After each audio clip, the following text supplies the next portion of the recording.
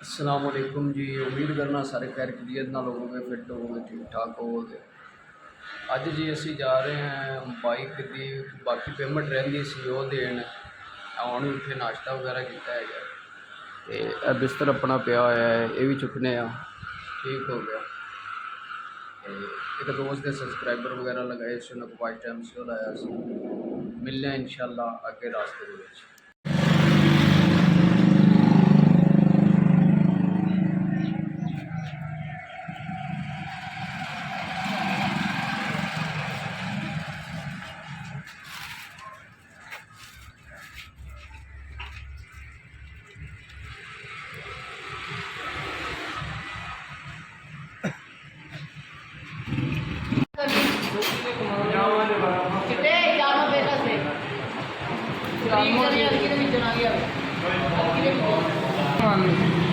तो फिलहाल मेरे को कोई भी नहीं पिया।